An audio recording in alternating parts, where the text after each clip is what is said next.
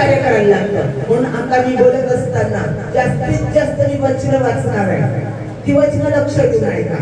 एक छोटीशी स्टोरी आहे, पण ती स्टोरी खूप मोठी आहे. म्हणून मी टप्प्याटप्प्याने त्याची वचन वाचत आहे. मग मी तुम्हाला ती समजून सांगणार आहे. गणना याचा 13वा अध्याय. गणना याचा 13वा अध्याय. उत्पत्ती, निर्गम, लेवी आणि गणना चौथं पुस्तक.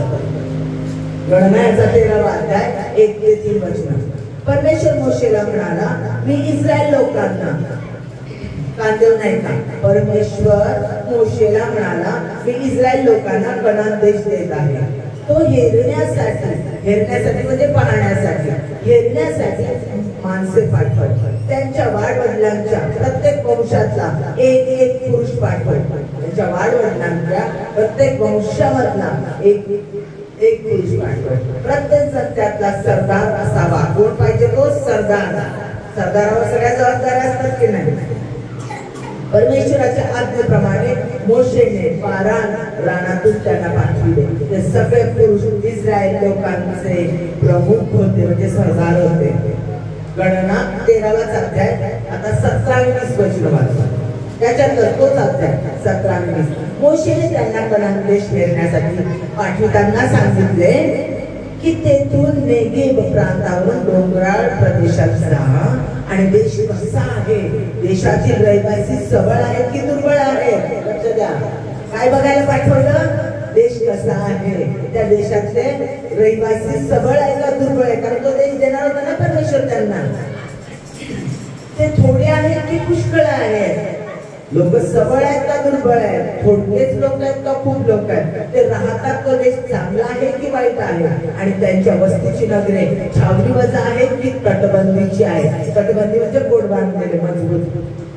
तसेच तेथील जमीन सुपीक आहे की नापीक आहे. जमीन चांगली पीक देणारी आहे का, त्यात झाडे झुडपे आहेत की नाही हे पाहून हिम्मत धरा व त्या देशाची फळे पण घेऊन या दाखवायला.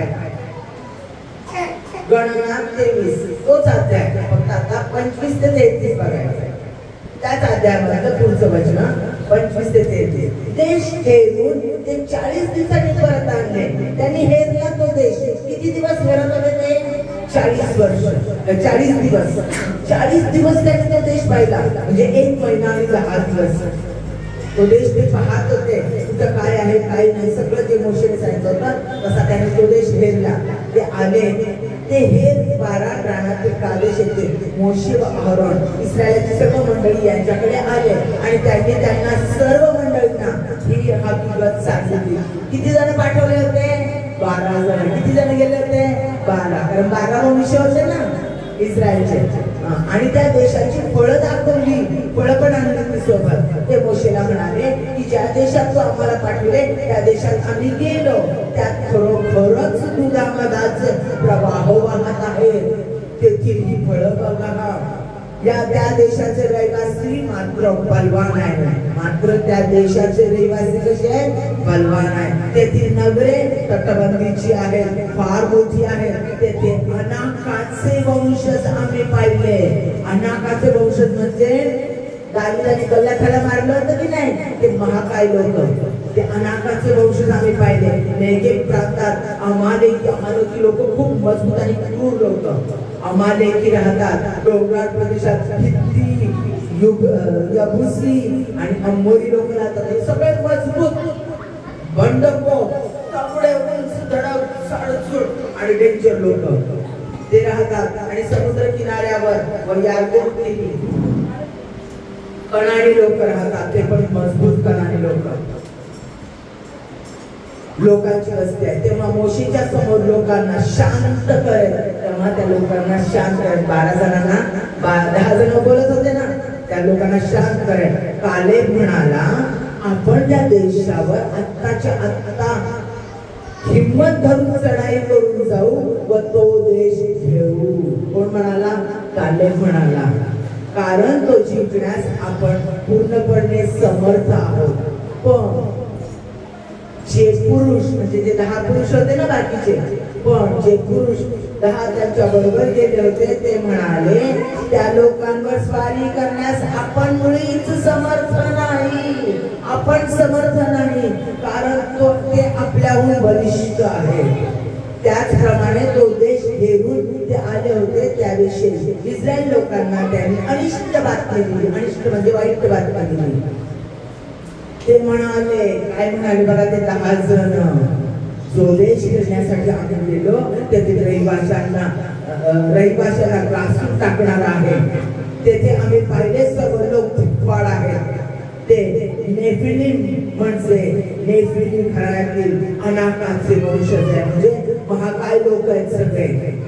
त्यांच्या पुढे आम्ही स्वतःच्या दृष्टीने टोळासारखे भासलो. आता गणना 14 आणि 1 14 वाद्या आणि 1 ते 2 वचन. तेव्हा सर्व मंडळीने हे सगळं ऐकलं. हे सगळं ऐकल्याच्या नंतर तेव्हा सर्व मंडळीने गळा काढून विलाप केला. मोठ्याने रडले सगळे इस्रायल लोक आणि लोक रात्रभर रडले. सर्व इस्रायल लोक मोशे व हरोन यांच्या विरुद्ध कुरकुर करायला लागले. सर्व मंडळी त्यांना म्हणाली, आम्ही मिस्र देशात मेलो असतो बरं झालं. त्यांचं ऐकू ते म्हटले. कुणाचं ऐकून म्हटले ते या 10 लोकांचं.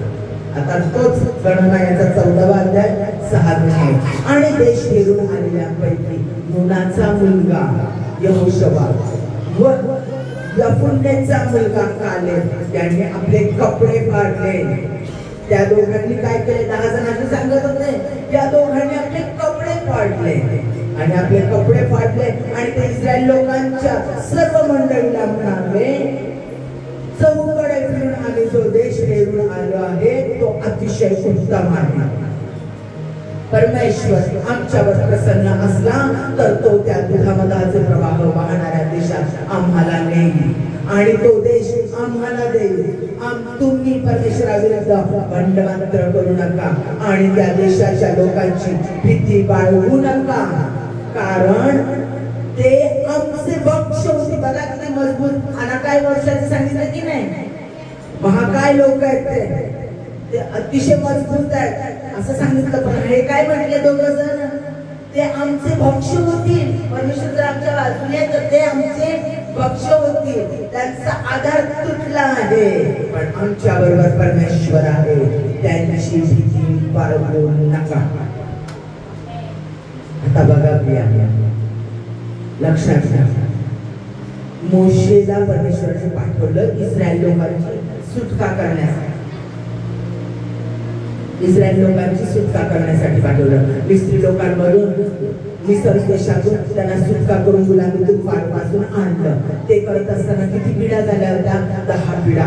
मोठ्या मोठ्या टोळ्याच्या उवांच्या त्यांचा प्रथम पुत्र मारला गेला. इतके मोठे मोठे चमत्कार झाले. इस्रायल लोकांना काही झालं नाही, कोणता त्रास झाला नाही. पाण्याचे रक्त झालं, त्यांना पायाला पाणी नव्हतं, अशी पिढा त्यांच्यावर आणली होती देवाने. एवढ्या मोठ्या पिढा त्यांच्यावर आणून या इस्रायल लोकांची सुटका त्या लोकांमधून फारोच्या हातातून केली, त्या गुलामगिरीतून केली आणि ते बाहेर आले. बाहेर आल्यानंतर देखील फारोचं सैन्य परत त्यांच्या पाठीमागं आलं आणि त्यांनी परमेश्वराने समुद्र त्यांच्यासाठी दुभागला.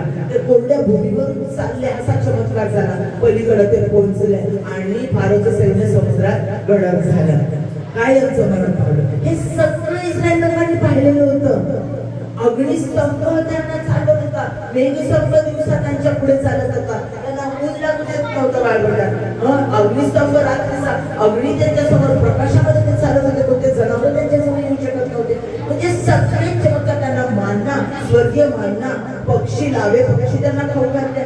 जे त्यांनी मागितलं ते सगळं परमेश्वराने त्यांना 40 वर्ष पुरवलं. सगळे चमत्कार त्यांनी पाहिलेले होते. खडक पडून खडकातून पाणी त्यांना दिलेलं, सगळं चमत्कार त्यांनी पाहिलं. सगळा आनंद त्यांनी केलेला होता आणि परमेश्वराने त्यांना कनान देशात वचनदत्त देशामध्ये आणलं. वचनदत्त देशाच्या जवळ आणलं. आता त्या वचनदत्त देशामध्ये प्रवेश त्यांना करायचा आहे.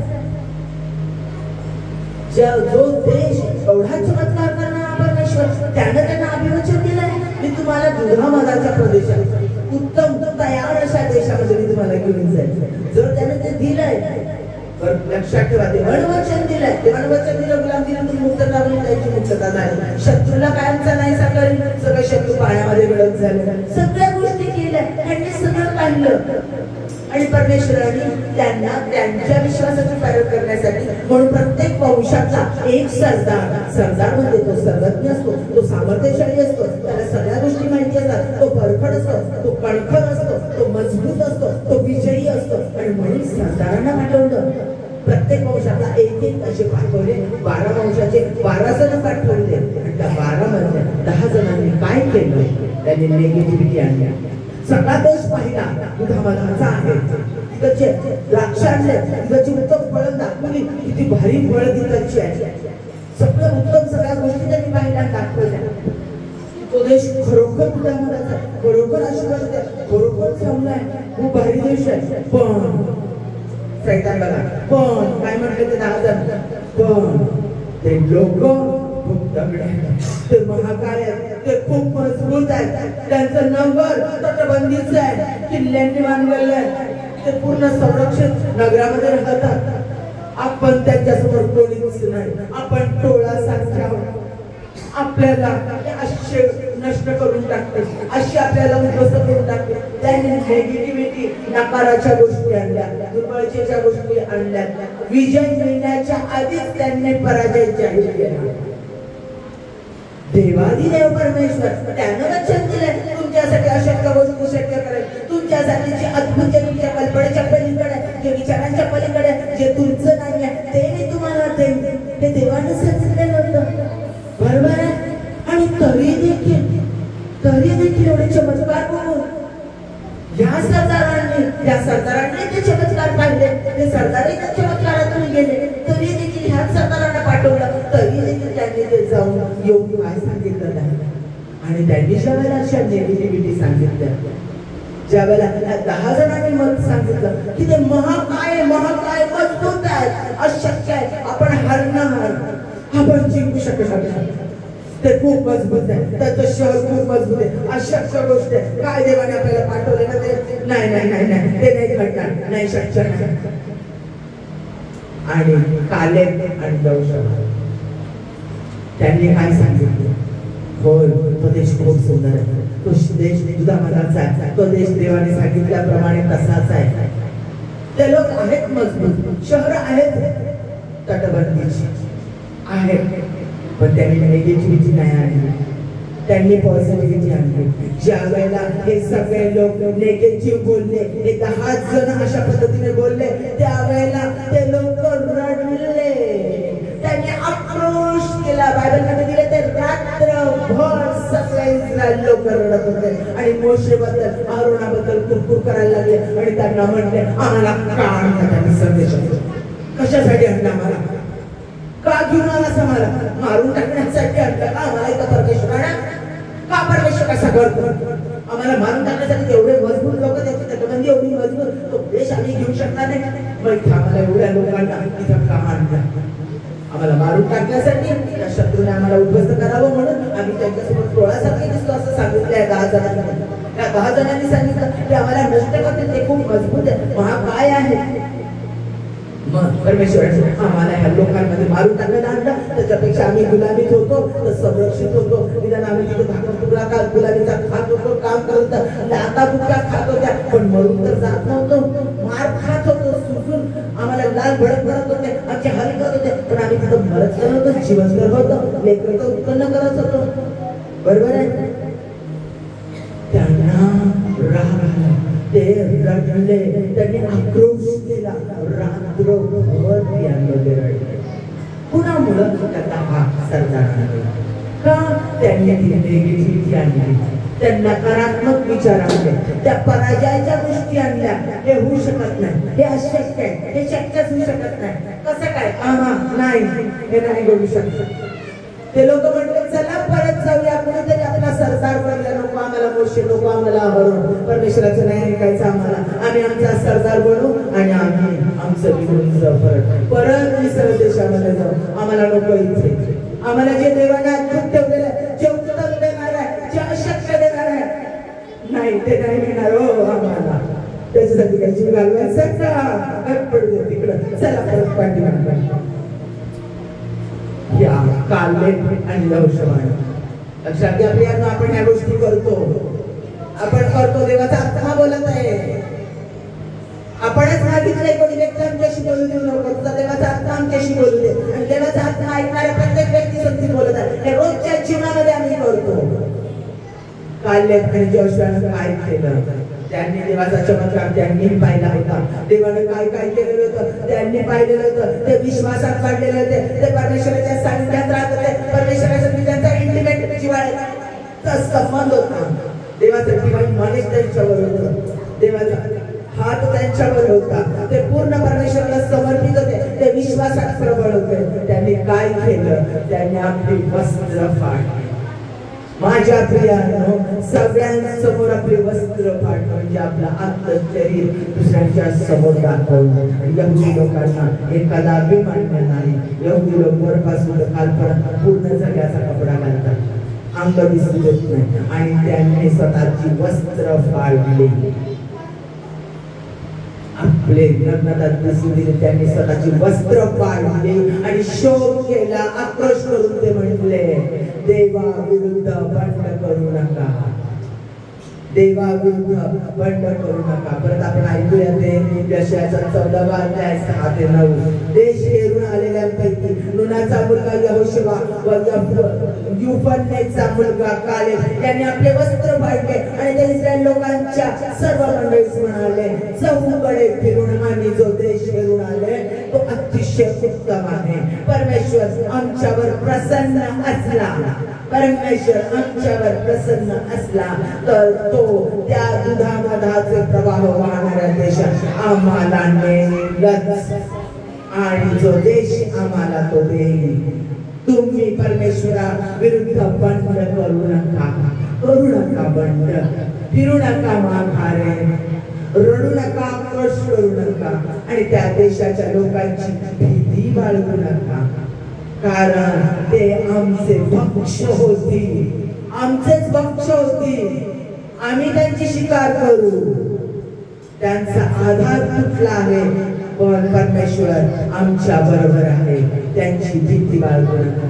लक्षात घ्या, मोठ्या विश्वासानं कालेब आणि जोशुआने सांगितले, मोठ्या विश्वासानं सांगितलं कालेब आणि जोशुआने की तुम्ही या लोकांचं भय बाळगू नका. त्यांनी आपले वस्त्र, आपले जे रडणारे रात्रभर रडणाऱ्या लोकांना सकाळी आपले वस्त्र त्यांनी फाडले आणि त्यांना रडून त्यांनी सांगितलं की तुम्ही त्या लोकांचा ऐकू नका, देवाविरुद्ध बंड करू नका. माझ्या प्रियांनो, कळवळून त्यांनी सांगितलं की खंबीर व्हा. स्वतः ते खंबीर होते, स्वतः ते दृढ होते, स्वतः ते विश्वासात बळकट होते आणि त्यांनी त्यांना सांगितले, होकारात्मक कबुली दिली, नकारात्मक नाही बोलले, ते नेगेटिव्ह नाही बोलले, होकारात्मक, उत्तमातलं उत्तमच होईल, आशावादी ते होते आणि आशावादी शब्द त्यांनी काढले की परमेश्वरामध्ये खंबीर व्हा. दुसरी गोष्ट, परमेश्वर जर आमच्या बरोबर असते, परमेश्वर जर आमच्यावर प्रसन्न असते तर तो आम्हाला तो देश देईलच देईल. म्हणजे त्यानं जे आम्हाला वचन दिलंय तो पूर्ण करेलच करेल. परमेश्वर आपल्या पुढे ते काय म्हणले, देवाविरुद्ध बंड करू नका. पुढे काय म्हणले, त्या लोकांची भीती बाळगू नका, कारण देवाचा आत्मा स्पष्ट सांगतो वचनामध्ये की परमेश्वराने तुम्हाला भीतीचा आत्मा नव्हे तर खंबीरपणाचा आणि सामर्थ्याचा आत्मा दिलेला आहे. तो म्हटला तुम्ही त्यांची भीती बाळगू नका, मग ते तुमचे भक्ष होते, तुमचे शत्रू तुमचे भक्ष होते. म्हणजे तुम्हीच त्यांना हरवाल, तुम्हीच त्यांना तुडवून टाकाल. त्यांचा आधार तुटलाय, जे शत्रू आहेत त्यांचा आधार तुटलाय. का? कारण देवाने आपल्याला वचन दिलंय की एक तुम्हाला ते देणार आहे. म्हणजेच त्यांचा आधार त्याच क्षणाला तुटलेला आहे. ते चुकीचं वर्तन करणार, ते देवापासून दूर जाणार, त्यांच्यामध्ये सैतान कार्य करणार, कारण आपल्या संगती देव आहे. त्यांचा आधार तुटलेला आहे. लक्षात घ्या, त्यांचा आधार तुटलेला आहे, आमच्या बरोबर देव आहे. माझ्या प्रियांनो, या अभिवचनाप्रमाणे ते वागले, या अभिवचनाप्रमाणे ते वागले, त्या अभिवचनाप्रमाणे देवाच्या इच्छेप्रमाणे कालेब आणि जोशुआने लोकांना पुढे नेलं आणि त्यांना तो देश प्राप्त करून दिला. आपण पुढे ते वाचणार नाहीये, परंतु तो देश त्यांना प्राप्त झाला. गणना 14:9-11. त्या दिवशी मोशे मला शक्तीवर म्हणाला.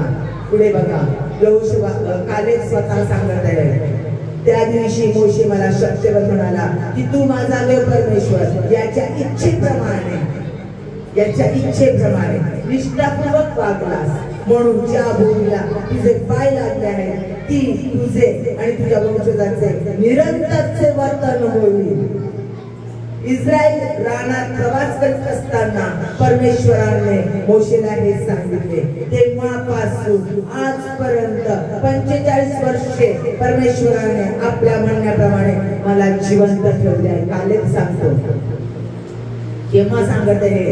त्याचं वय 85 झालं. तेव्हा युद्धाला आपल्याला हेर करण्यासाठी पाठवलं, त्यावेळेला तो किती वर्षाचा होता? 40 वर्षाचा होता. आणि आज तो 45 वर्षाचा झालाय. तो म्हणतो त्या आज तो 85 वर्षाचा झालेला असताना तो सांगतोय की मी तो देश हेरायला गेलो, त्यावेळेला जी ताकद, जे सामर्थ्य, जी शक्ती माझ्यामध्ये होती, तीच शक्ती, तीच ताकद आज 85व्या वर्षी माझ्यामध्ये आहे. हा आशीर्वाद देवाच्या सेवकाला परमेश्वराला, हाच आशीर्वाद तुमच्यासाठी परमेश्वर देव पाहत आहे. माझ्या प्रियांनो, खूप मोठा आशीर्वाद आज परमेश्वर तुमच्यासाठी उघडत आहे, ऐकणाऱ्या प्रत्येक व्यक्तीसाठी. मोशेने हे सांगितले तेव्हापासून पहा, आज 45 वर्षे, म्हणजे त्यांना विजय मिळाल्याच्या 45 वर्ष परमेश्वराने आपल्या म्हणण्याप्रमाणे मला जीवन ठेवले. आज बघ मी 85 वर्षाचा आहे. मोशेने मला पाठवले त्या दिवशी मी जितका समर्थ होतो तितकाच आजही आहे. लढण्याची, धावपळ करण्याची ताकद माझ्या त्यावेळी जी होती ती आजही आहे.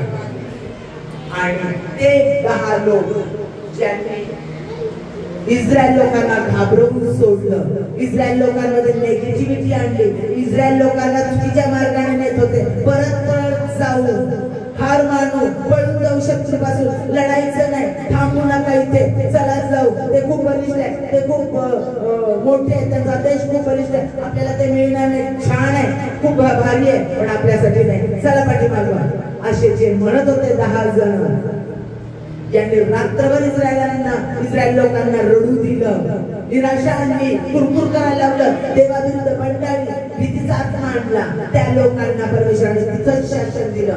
तुम्ही 13वा अध्याय परत घरी गेल्यानंतर वाचावा, 14वा 13वा अध्याय यहोशुआचा. त्याच ठिकाणी गणना 13 आणि 14 वाचाकडे गेल्यानंतर त्याच ठिकाणी ते लोक मेले, 10च्या 10 लोक मरण पावले. देवाचा क्रोध त्यांच्यावर आला आणि ते 10 लोक, ते 10 सरदार, प्रत्येक वंशाचा एक सरदार होता, ते 10 सरदार परमेश्वराच्या कोपाने नंतर मरण पावले. पण कालेब आणि जोशुआ यांनी इस्रायल लोकांना लीड करून, आगे कुछ करून कनान देशात, वचनदत्त देशामध्ये, दुधाच्या मधाचा प्रभाव असणाऱ्या देशामध्ये नेले. त्या ठिकाणी देवाने सगळी अभिवचनं त्यांच्या जीवनामध्ये पूर्ण केली. लक्षात घ्या प्रिया, दिलेलं प्रत्येक वचन पूर्ण झालं. आणि हे कुणामुळं? कालेब आणि जोशुआ. त्यांना धीर दिला, त्यांना सामर्थ्य दिलं आणि त्यांना आगे कुछ करा, पुढे जाऊया, माघार नाही, परत पाठीमागं फिरणं नाही, परत पाठीमागं जाणं नाहीच नाही. देव आमचा मार्ग आहे, तो सत्य आहे, तो जीवन आहे, परत पाठीमागं नाहीच नाही. हे शिकवणारे कालेब आणि जोशुआ, हे शिकवणारे कालेब आणि जोशुआ. केवळ शक्य आहे, अद्भुत आहे, पण खूप मोठे आशीर्वाद आहे. हे आशीर्वाद आमच्यासाठी असू शकतात नाही, आम्ही डोळ्यासारखे आहोत, आम्ही तुच्छ कीटक आहोत. यशाया 41 मध्ये म्हटलंय, अरे माझ्या याकोबा कीटक, तू कीटकासारखा आहे, पण मी तुला बलिष्ठ करेन, मी तुझ्या शत्रूसमोर तुला प्रबळ करेन, मी तुला तुझ्या सणावर प्रस्थापित करेन, मी तुझ्या समोर सगळं वैभव देईन. तो देव आहे, तो जे बोलतो ते करतो. आता परमेश्वरात न चालवणारे असे या 10 सरदारांसारखे अनेक लोक आमच्या जीवनात येतात. सावध राहा. शेवटच्या काळामध्ये आम्ही आहोत. लक्षात घ्या, असे अनेक अविश्वासू लीडर आहेत जे स्वतःसाठी विश्वासू नाही, जे देवासाठी विश्वासू नाही. लक्षात घ्या, तुम्ही कोण आहात? तुम्ही इतरांना येशू ख्रिस्त विश्वासाने बाजूला सांगत आहात का? सर्वकालीन जीवन परमेश्वरामध्ये अद्भुत चमत्कार आणि अद्भुत जीवन आणि अविनाशी जीवन परमेश्वरामध्ये, सर्वकालीन जीवन परमेश्वरामध्ये, सगळ्यात समस्येचं प्रार्थनेचं उत्तर येशू ख्रिस्तामध्ये, हे तुम्ही लोकांना सांगत आहात का? तुम्ही विश्वासात खंबीर आहात का?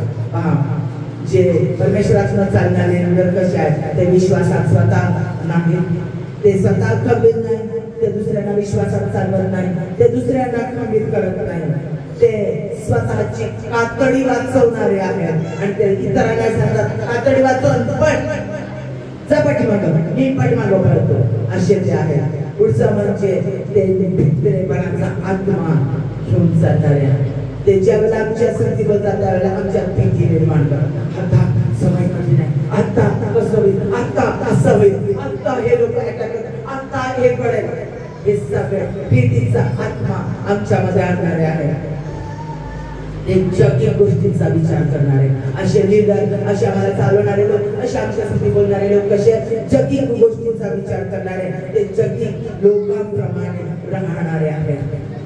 ते इतरांना चुकीचं मार्गदर्शन करणारे आहेत. ते चुकीच्या गायडन्स मध्ये स्वतः चालतात आणि ते दुसऱ्यांना चुकीचं गायडन्स करतात. ते दुसऱ्यांचं धैर्य खचवतात. स्वतःच त्यांचं धैर्य खचलेलं असतं, ते इतरांचं पण धैर्य खचवतात. त्यांचा विश्वास परमेश्वरावर नसतो आणि ते लोकांना परमेश्वरावर विश्वास ठेवू देत नाही, कारण त्यांचं परमेश्वरासाठी इंटिमेट रिलेशनशिप, जवळीक जिव्हाळ्याचा संबंध नसतो आणि ते कुणालाही परमेश्वरासाठी जिव्हाळ्याचा जवळीकतेचा संबंध ठेवू देत नाही, परमेश्वरामध्ये वेळ घालू देत नाही. त्यांना परमेश्वराबद्दलचं ज्ञान नाही. परमेश्वर कोण आहे, परमेश्वर काय करू शकतो, परमेश्वर कसा अशक्य गोष्टी शक्य करणार आहे, परमेश्वर कसा आरोग्य देणार आहे, जेव्हा राब आहे, परमेश्वर कसा पुरवठा मंत्री आहे, सर्व उत्तम गोष्टीचा पुरवठा करणार आहे, परमेश्वर कसा अद्भुत चमत्कार करणार आहे, परमेश्वर कसे आजार बरे करणार आहे, कॅन्सर बरे करणार आहे, अशक्य गोष्टी शक्य करणार आहे. हे सगळं कोणत्याच गोष्टी त्यांना नीट माहित नसतात, खोलवर माहिती नसतात आणि ते त्या गोष्टी त्या लोकांना सांगत नाही, त्या लोकांमध्ये रुजवत नाही. त्यांनाच परमेश्वराचं ज्ञान नाही आणि ते देवाचं ज्ञान इतरांना देत नाही. ते लोकांना परमेश्वराने दिलेले आशीर्वाद, सुफलता, प्रॉस्पेरिटी, आरोग्य, प्रेम, परमेश्वराची शांती आणि सामर्थ्य आणून देऊ शकत नाही. त्याच्यानंतर त्यांचा स्वतःचा नाश होतो, जसा या 10 लीडरचा नाश झाला. ते दुसऱ्याचाही नाश करायला प्रयत्न करतात. मीही हरतो, तुम्ही पण आहात, चला पाठीमागं पळा, असे हे नेते. परंतु कालसारखे नेते आज परमेश्वर आम्हाला बनवलं. तुम्ही कालसारखे नेत्र गोळा करायची आहे ना, चर्च वाढवायचं आहे ना, देवाचं कार्य पुढे द्यायचं आहे ना, मग परमेश्वर म्हणतो तुम्ही काढले आणि यहोशुवासारखे खंबे, विश्वासात खंबे. माझा देव तो देव आहे, तो जे बोलतो ते करतो. गणना 23 मध्ये सांगितलेलं आहे, मी मनुष्य नाही की खोटं बोलावं, मी देव आहे, मी जे बोलतो ते मी करतो. ती कधी न बदलणारा देव आहे, कधी न बदलणारा देव आहे. लक्षात घ्या, त्यांनी लोकांना नाश होण्यापासून वाचवलं.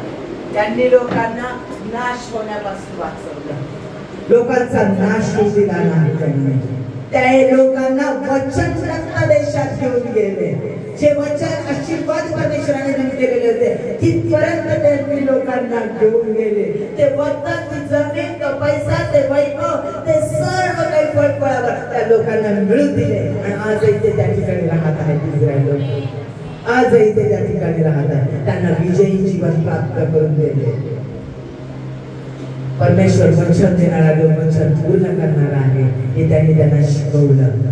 ते लोक रडत होते, डिस्करेज झालेले होते, आशा सुटलेली होती, ते गळून गेलेले होते, हताश झालेले होते, जिंकण्याच्या आधीच ते हरलेले होते. त्यांना परत त्यांनी रिस्टोर केलं, त्यांच्या विश्वासात खंबीर केलं, त्यांना धीर दिला, त्यांना इन्करेज केलं, धैर्याचा आत्मा दिला, त्यांना सामर्थ्याचा आत्मा दिला, त्यांना धैर्य देऊन त्यांना त्यांनी पुढे नेलं.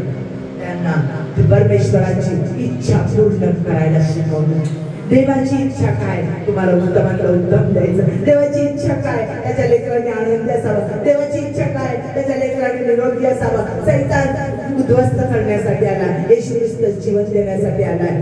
योहान 10:10 मध्ये सांगितलेलं आहे. ते विपुल जीवन देण्यासाठी. ते विपुल जीवन कसं? आशीर्वादाने भरलेलं, आनंद देणारं जीवन. आदाम हवेला त्याने बनवलं, त्याने आनंद करण्यासाठी त्यांना बनवलं. तो आनंद देणारा देवा. अहो आम्ही धार्मिक लोक, मग जसं आहे तसं आम्ही जीवन जगणार नाही. आम्ही काय मधून नाही फिरणार, आम्ही दुःखी, आम्ही शांत साधे कपडे घालून साधं जीवन जगणार.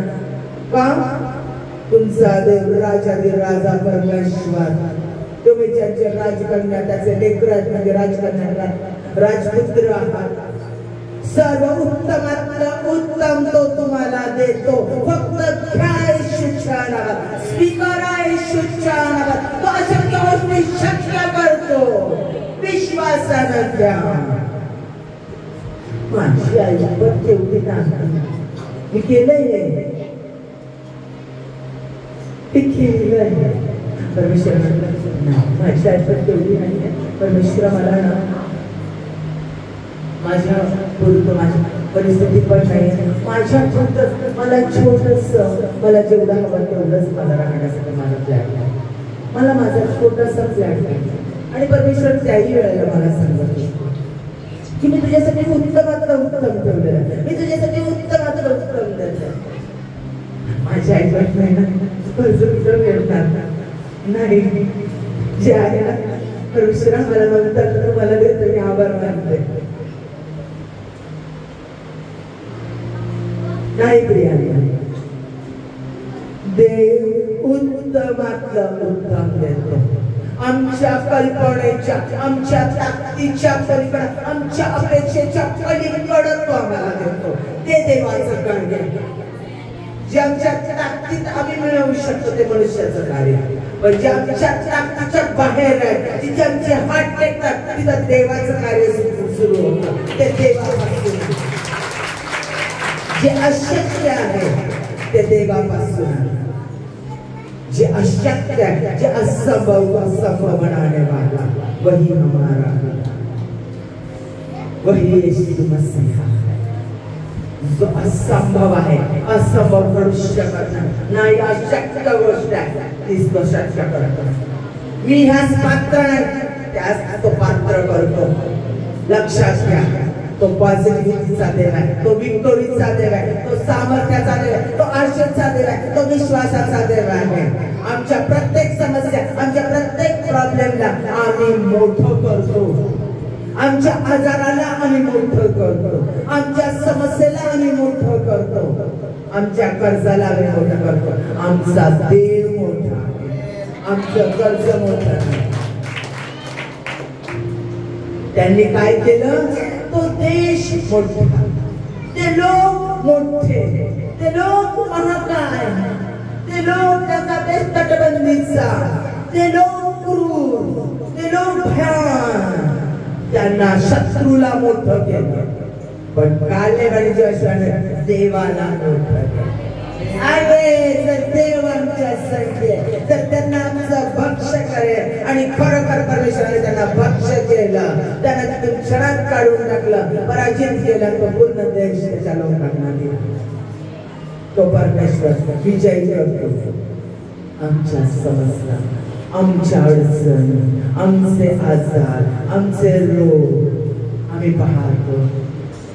घरातले चणचण पाहतो, घरातली चिडचिड पाहतो, नवरा बायकोचे भांडणं पाहतो, लेकरू होत नाही पाहतो, मुलाची दारू सुटत नाही पाहतो, घरातले वाद संपत नाही पाहतो, सगळ्या समस्या, चिडचिड, निराशा हे सगळं पाहतो आणि सतत जात असताना आम्ही म्हणतो कर्जातून, या प्रश्नातून, या समस्यातून, या निराशेतून नाही बाहेर निघू शकत. हे खूप भयानक आहे, खूप भयानक आहे. कामावरचे प्रॉब्लेम खूप भयानक आहे. आम्ही त्यांना म्हणतो लक्षात घ्या माझ्या प्रियांनो, आमचा मोठा मंत्री जेव्हा जायला येशू ख्रिस्त आहे, तो आमच्या कर्जापेक्षा मोठा आहे, तो आमच्या समस्येपेक्षा मोठा आहे, तो आमचा विजय देणारा देव जेव्हा मेसी आहे, तो आमच्या शत्रूपेक्षा खूप मोठा आहे. तो प्रत्येक बॅटल मध्ये विजयी आहे, प्रत्येक युद्धात विजयी आहे आणि तो आम्हाला प्रत्येक युद्धात विजयी करतो. तो मृत्युंजय ख्रिस्त आहे, मार्ग, सत्य, जीवन तोच आहे. जीवन त्याच्यात आहे. तो जीवन देणारा, आरोग्य देणारा, सामर्थ्य देणारा, अशक्य गोष्टी शक्य करणारा, अद्भुत चमत्कार करणारा तो परमेश्वर आमच्यात राहतो. आम्ही ज्यावेळेला स्वीकारतो येशूच्या नावामध्ये त्यावेळेला तो आमच्यात राहतो. नारायण टिळक म्हणतात, सुंदर देऊळ हृदय आहे माझे, येथेच विराजे देव बाबा.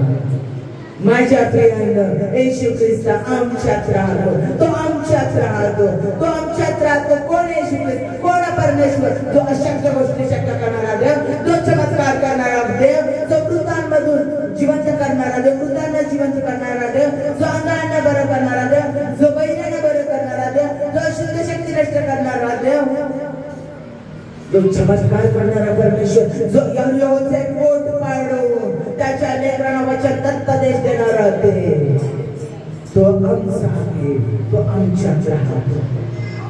तो या जगाचा निर्माण करता, सर्व सृष्टी बनवणारा तो परमेश्वर. अशक्य गोष्टीला हसून पाहून म्हणतो शक्य होईलच रे होईल. तो परमेश्वर आमच्यात राहतो आणि त्याचा अभिवचन तिला कधीच सोडणार कधीच नाही. ज्यावेळेला तो आमच्या अंतःकरणात येतो त्यावेळेला तो आमच्या अंतःकरणात राहतो. तो आम्हाला कधी कधी कधी कधी सोडत नाही.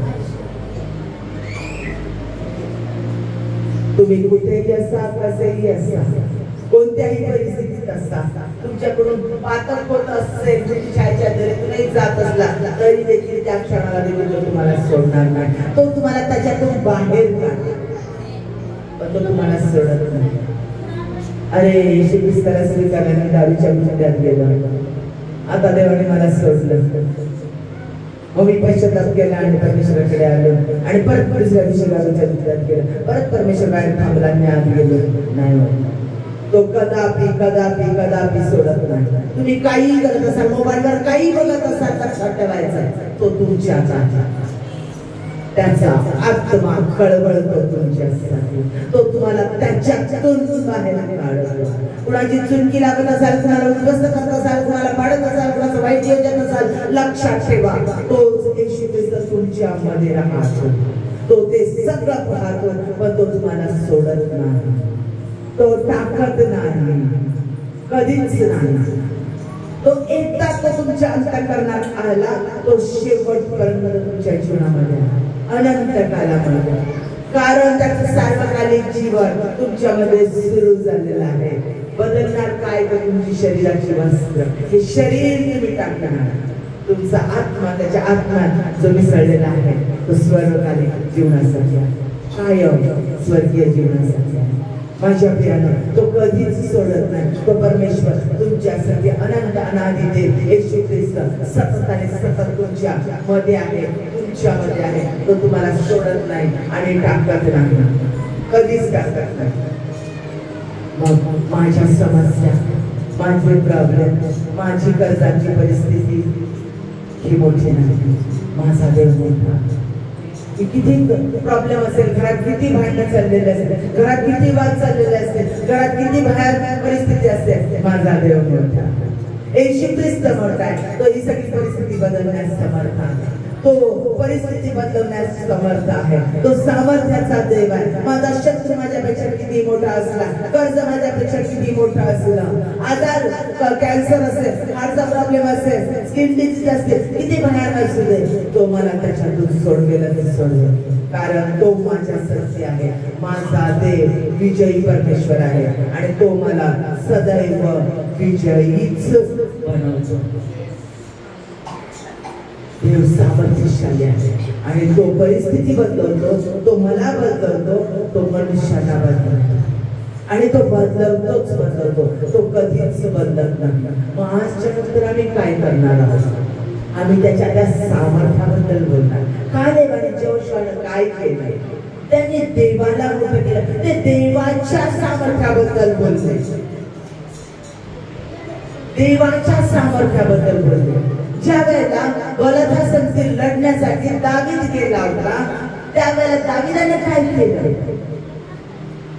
माझा परमेश्वर तुला माझ्या समोर, माझ्या पुत्रांना तुझ्या समोर खाद्य म्हणून टाकेल. माझा देव बलिष्ठ आहे, मी परमेश्वराच्या नामात तुला हरवत आहे, तुला नष्ट करत आहे, तुला तुडवून टाकत आहे. त्यानं देवाला मोठं केलं दावीदानं. 5 गोट्या घेऊन गेलेला, एवढ्या बलिष्ठ महाकाय माणसाला मारण्यासाठी.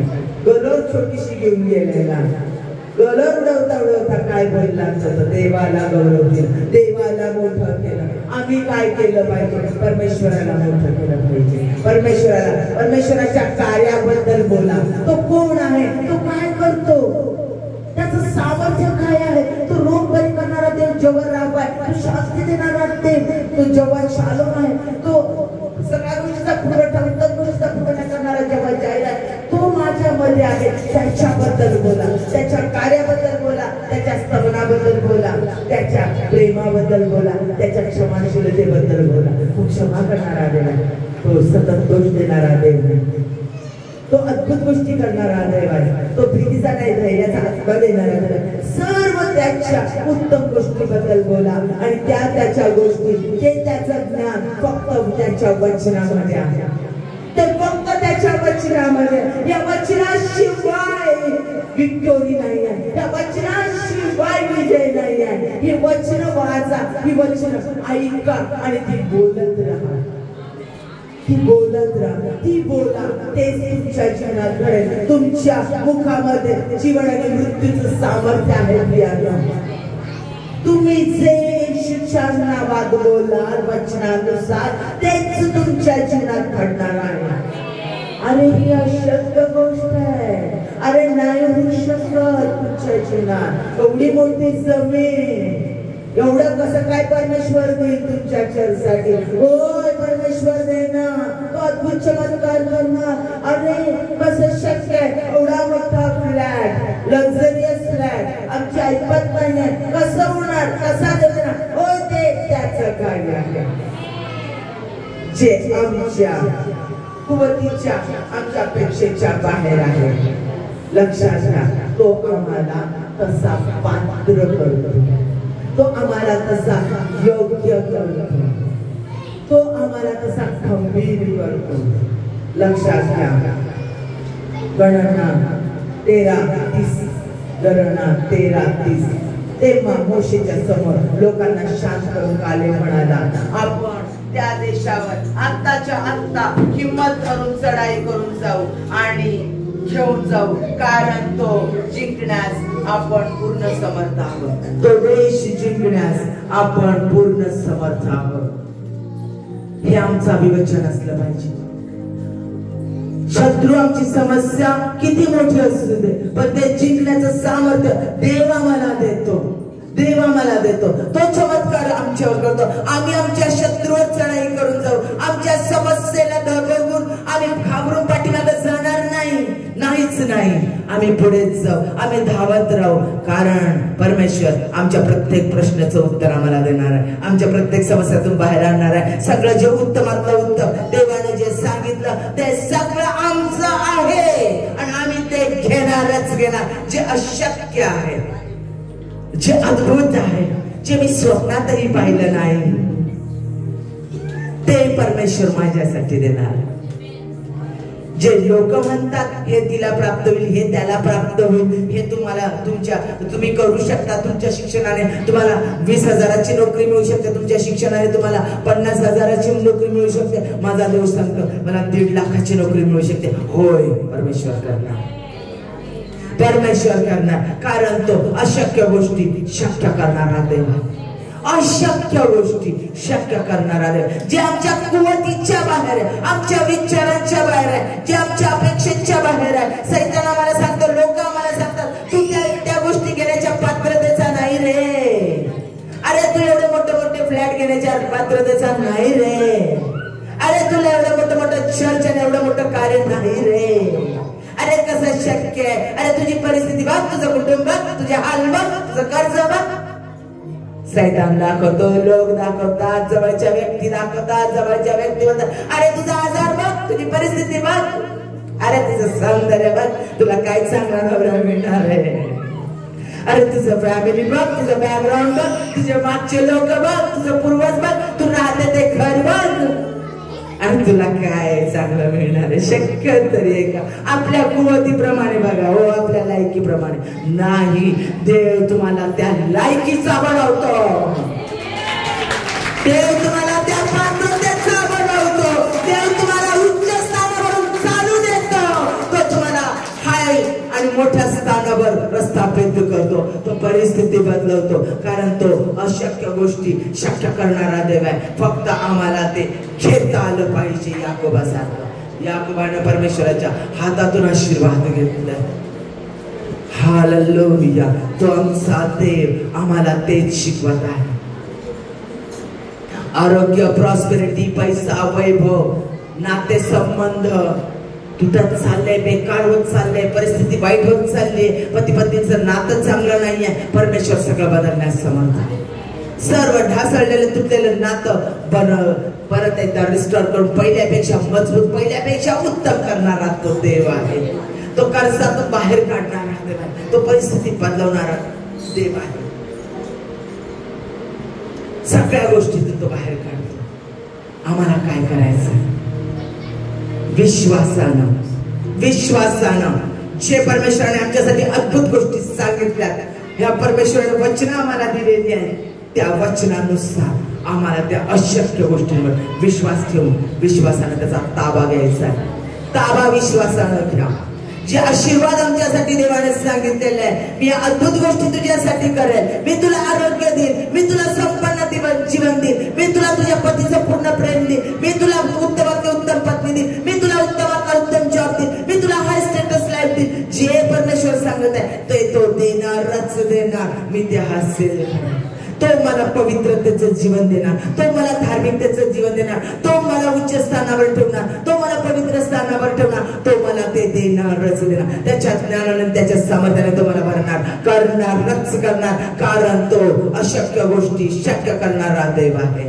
तो मला विजय देणार माझ्या प्रत्येक प्रश्नावर, प्रत्येक समस्येवर. माझा शत्रू किती बलिष्ठ असू दे, माझ्या शत्रूला किती लोक मदत करणारे असू दे, माझ्या शत्रूकडे किती पैसा असू दे, पण तो मला विजय देणार, देणार म्हणजे देणार. तो माझ्या शत्रूला चीज करणार, तो माझ्या शत्रूला हरवणार. ज्या शत्रूने माझी दानादान केली, ज्या शत्रूने मला बाहेर काढलं, ज्या शत्रूने माझा नायनाट केला, ज्या शत्रूने मला अपमानित केलं, त्या शत्रूच्या समोर तो मला उच्च स्थानावर प्रस्थापित करणारच करणार, कारण तो जिवंत देव आहे.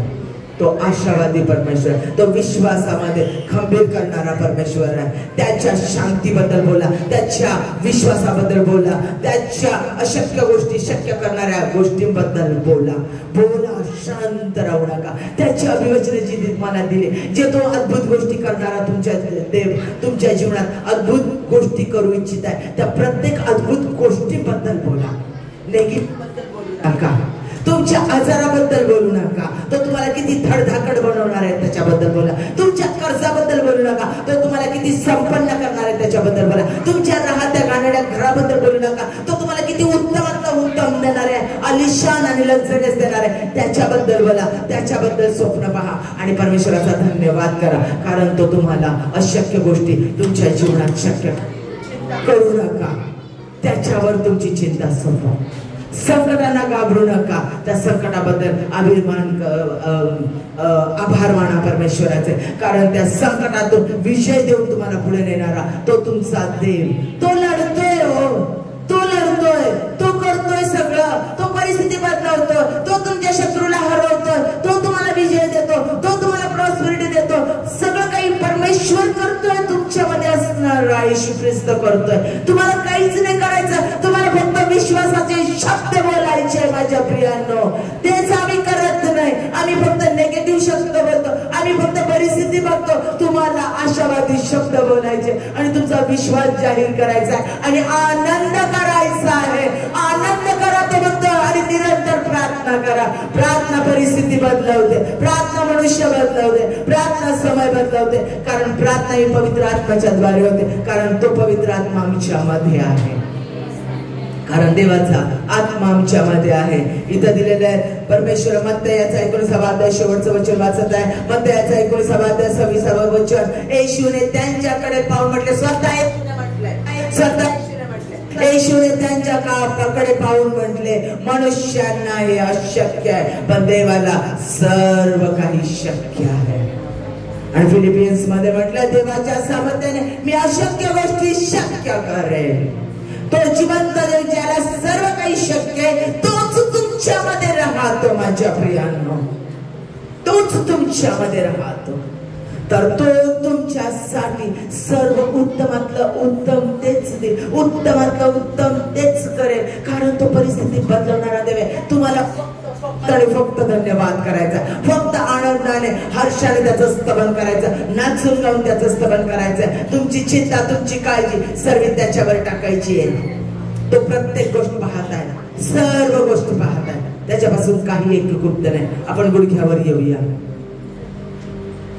आपण सगळे गुडघ्यावर येऊया, आपले हात वरती करूया आणि आज परमेश्वराला म्हणूया की माझी चिंता, माझी काळजी, माझ्या समस्या मी तुझ्यावर देत आहे.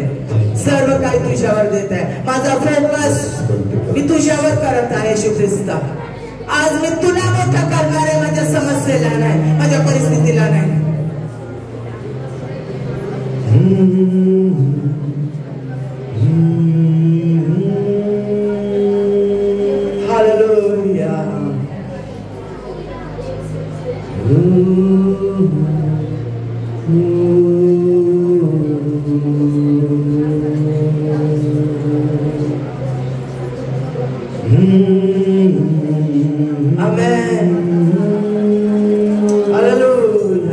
पूर्ण परमेश्वरावर कॉन्सन्ट्रेट व्हा.